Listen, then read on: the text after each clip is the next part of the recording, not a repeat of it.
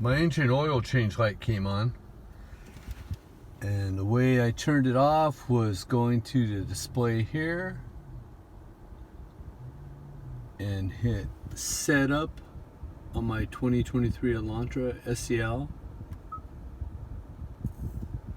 and then I went to vehicle, and after that I went to convenience. And then at convenience, you have service interval, oil change reminder, wireless, all that fun stuff. And I pressed on oil change reminder. And then I hit reset right there. And now I don't have to have that darn oil change reminder for my 2023 Elantra bugging me.